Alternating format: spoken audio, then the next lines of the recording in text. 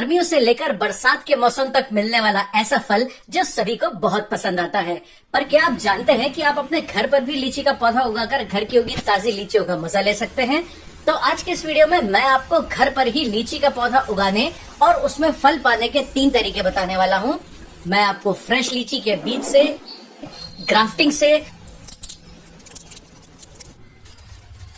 और air layering यानी गुटी बांधकर लीची के ऐसे पौधे तैयार करने का तरीका बताऊंगा जो इस तरह से 1-2 साल के अंदर फल देने लगेंगे। इस वीडियो में मैं आपको बीज उगाने से लेकर पौधे के 1 साल का होने के बाद उसमें ग्राफ्टिंग और एयर लेयरिंग करके उसका रिजल्ट भी दिखाऊंगा, वो भी पूरे 1 साल के अपडेट के साथ। तो चलिए वीडियो को शुरू करते हैं।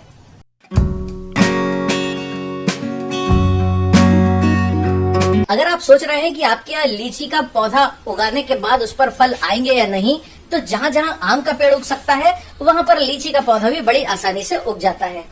सबसे पहले मैं आपको बीज से लीची का पौधा उगाने का तरीका बताने वाला हूँ। इसके बाद पौधा बड़ा होने पर इसकी ग्राफ्टिंग और एयर लेयरिंग करना सिखाऊंगा। बीज से लीची का प्लांट उगाने के लिए हमें फ्रेश सीड्स की जरूरत होती है। मैं सीड्स के लिए कुछ लीचियां ले आया हूँ। सक्सेसफुल जर्मिनेशन के लिए हमेशा सबसे बड़े और लाल और एकदम फ्रेश लीची ही होना चाहिए। अब मैं इसका पल्प निकालकर सीड को अलग कर रहा हूँ। मैंने 6-7 बीज साफ कर लिए हैं। सीड्स के किनारों को भी इस तरह से खोदकर साफ कर लीजिए। अब मैं इन्हें 1 दिन तक शेड में सुखाने के लिए छोड़ दूंगा। इससे किनारों पर सूखी लेयर बन जाएगी और फंगस लगने का चांस नहीं रहेगा। 1 दिन बाद सीड्स का टिप सूख गया है और अब ये लगाए जाने के लिए तैयार है। सीधे मिट्टी में उगाने की जगह 50% वर्मी कंपोस्ट और 50% कोकोपीट को मिलाकर हल्का गीला कर लीजिए और सीडलिंग मिक्स बना लीजिए। एक ड्रेनेज होल वाला पॉट लेकर उसमें मिक्सचर भर दीजिए।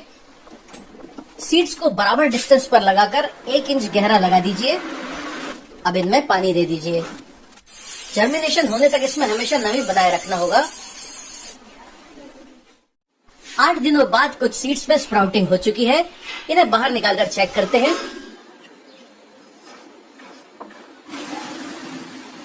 अब मैं इन्हें वापस लगा देता हूं।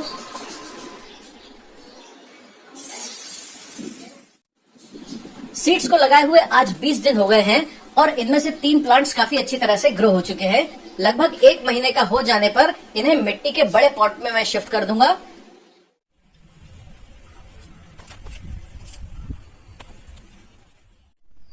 एक साल बाद हमारा बीज से उगाया हुआ लीची का पौधा लगभग 1.5 फीट का हो गया है और काफी हेल्दी है। सीड ग्रोन लीची प्लांट को जमीन में उगाएं तो 7-8 साल बाद बड़ा पेड़ बनने के बाद ही इसमें फल आएंगे। अगर गमले में उगाया तो शायद इसमें कभी फल ही ना आए, लेकिन ग्राफ्टिंग या एयर लेयरिंग से तैयार किया हुआ पौधा 1-2 साल में ही इस तरह से फल देने लगता है। इसलिए अब मैं इस 1 साल के लीची के पौधे पर ग्राफ्टिंग करूंगा। ग्राफ्टिंग वो टेक्निक होती है जिसमें बीज से उगाए हुए पौधे को बीज में देने वाले पेड़ की कलम यानी सायन को जोड़ देते हैं। दोस्तों, ग्राफ्टिंग के लिए बेस्ट टाइम जून से लेकर अगस्त तक का टाइम होता है। अगर आपके आसपास लीची का कोई फलदार पेड़ है तो उसकी कटिंग ले सकते हैं।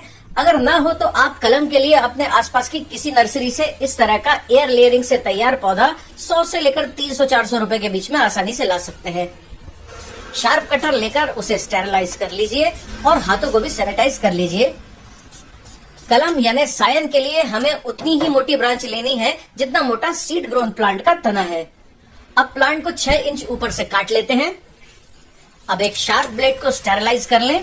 ग्राफ्टिंग की सक्सेस के लिए कटर को स्टेरलाइज करना जरूरी होता है, नहीं तो इन्फेक्शन से ग्राफ्टिंग फेल हो सकती है। रूट स्टॉक को इस तरह से तिरछा कट कर लेते हैं।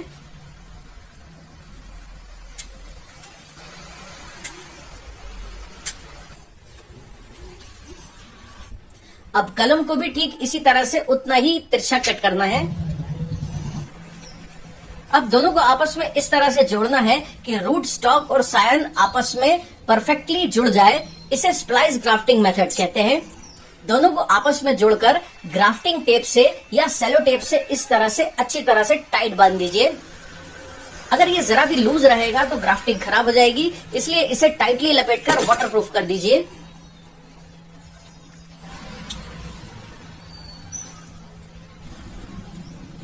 अब इसे ट्रांसपेरेंट पॉलिथीन से कवर करके हल्का लूज बांध देते हैं।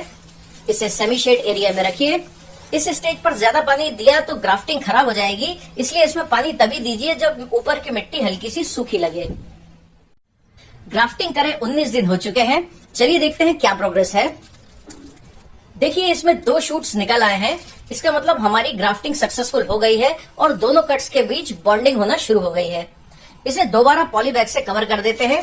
अब इसे ऐसी जगह पर रखना है जहां इसे सुबह की 2-3 घंटे की धूप मिल सके, बाकी दिन ये शेड में रहे। इसे तेज धूप में नहीं रखना है क्योंकि इसके शूट्स अभी भी बहुत नाजुक है। यह है रिजल्ट 28 दिनों बाद का। इसमें नई पत्तियां निकल आई हैं। आप देख सकते हैं इसका एक शूट सूख गया है पर दूसरे में काफी अच्छी ग्रोथ हुई है। दोस्तों इस ग्राफ्टिंग के जॉइंट के नीचे से अगर कोई भी शूट निकले तो उसे काट दीजिए क्योंकि उसमें फल नहीं आएंगे। 1-1.5 साल में ये काफी घना हो जाएगा, जिसके बाद इसमें फ्लावरिंग होने लगेगी।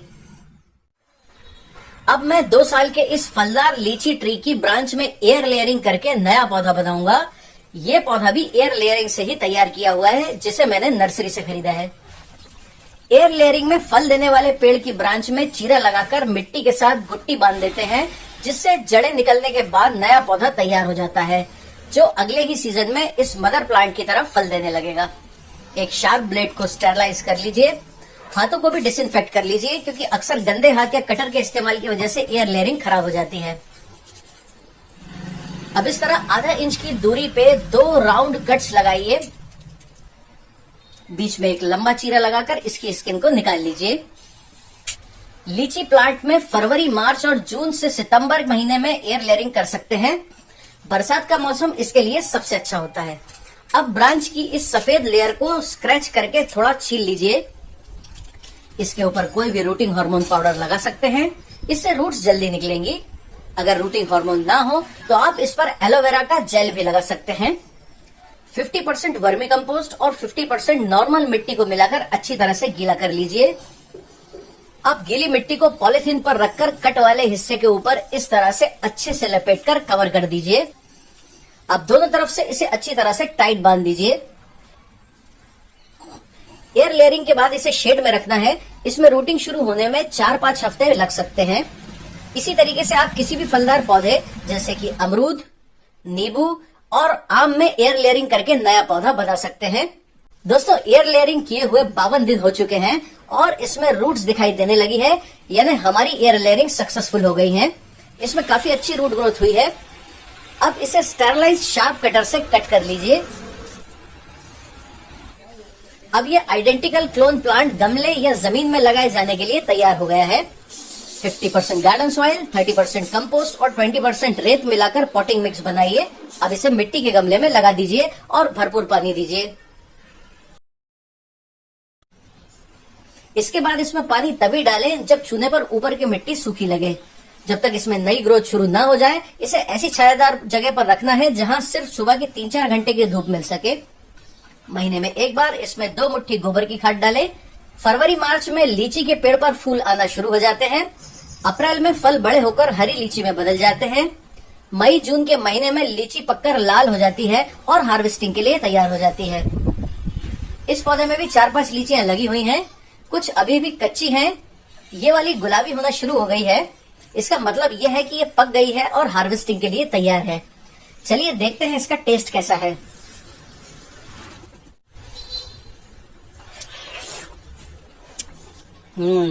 अमेजिंग। दोस्तों ये फ्रेश लीची इतनी जूसी और मीठी है कि मैं आपको बता नहीं सकता। इसी तरह से आप भी अपने घर पर गमले में भी लीची का पौधा उगाकर ताजी मीठी लीचियों का मजा ले सकते हैं।